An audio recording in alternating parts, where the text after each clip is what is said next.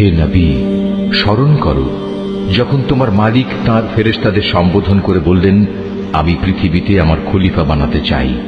তারা বলল, তুমি কি এমন কাউকে খলিফা বানাতে চাও যে তোমার জমিনে বিশৃঙ্খলা ও বিপর্যয় সৃষ্টি করবে এবং স্বার্থের জন্য তারা রক্তপাত করবে?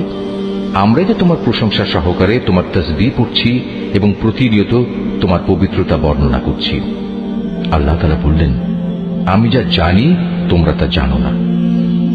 আল্লাহ তাআলা অতঃপর তাঁর খলিফা আদমকে প্রয়োজনীয় সব জিনিসের নাম শিখিয়ে দিলেন। পরে তিনি সেগুলো ফেরেশতাদের কাছে পেশ করে বললেন, তোমাদের আশঙ্কার ব্যাপারে তোমরা যদি সত্যবাদী হও তাহলে তোমরা আমাকে এর নামগুলো বলো তো। ফেরেশতারা বলল, হে আল্লাহ তাআলা, তুমি পবিত্র, আমাদের তো এর বাইরে আর কিছুই জানা নেই যা তুমি আমাদের শিক্ষা দিয়েছ। তুমিই একমাত্র জ্ঞানী, একমাত্র কুশলী। আল্লাহ তাআলা এবার আদমকে বললেন, তুমি ফেরেশতাদের সে নামগুলো বলে দাও।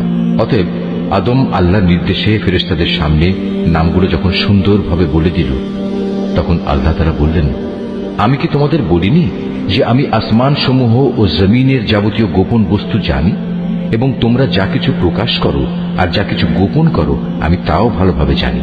আল্লাহ তাআলা যখন ফেরেশতাদের বললেন, তোমরা সম্মানের প্রতীক হিসেবে আদমের জন্য সাজদা করো, অতঃপর তারা আল্লাহর আদেশে আদমের সামনে সাজদা অবনত হল, শুধু ইবলিস ছাড়া।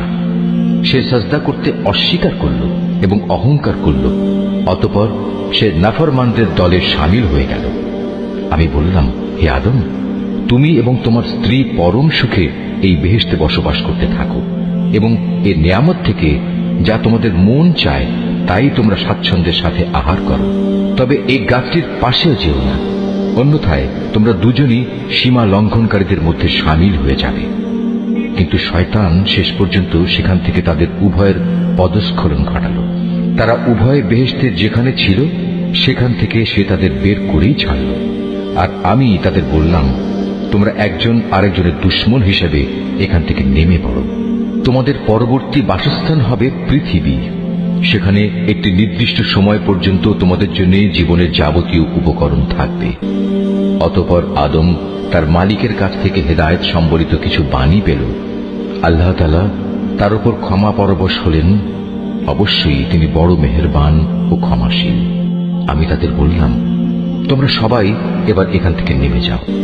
তবে যেখানে যাবে অবশ্যই সেখানে আমার পক্ষ থেকে তোমাদের কাছে জীবন বিধান সম্পর্কিত হেদায়েত আসবে। অতঃপর যে আমার সেই বিধান মেনে চলবে তার কোনো ভয় নেই, তাদের কোনো প্রকার উৎকণ্ঠিত হতে হবে না। আর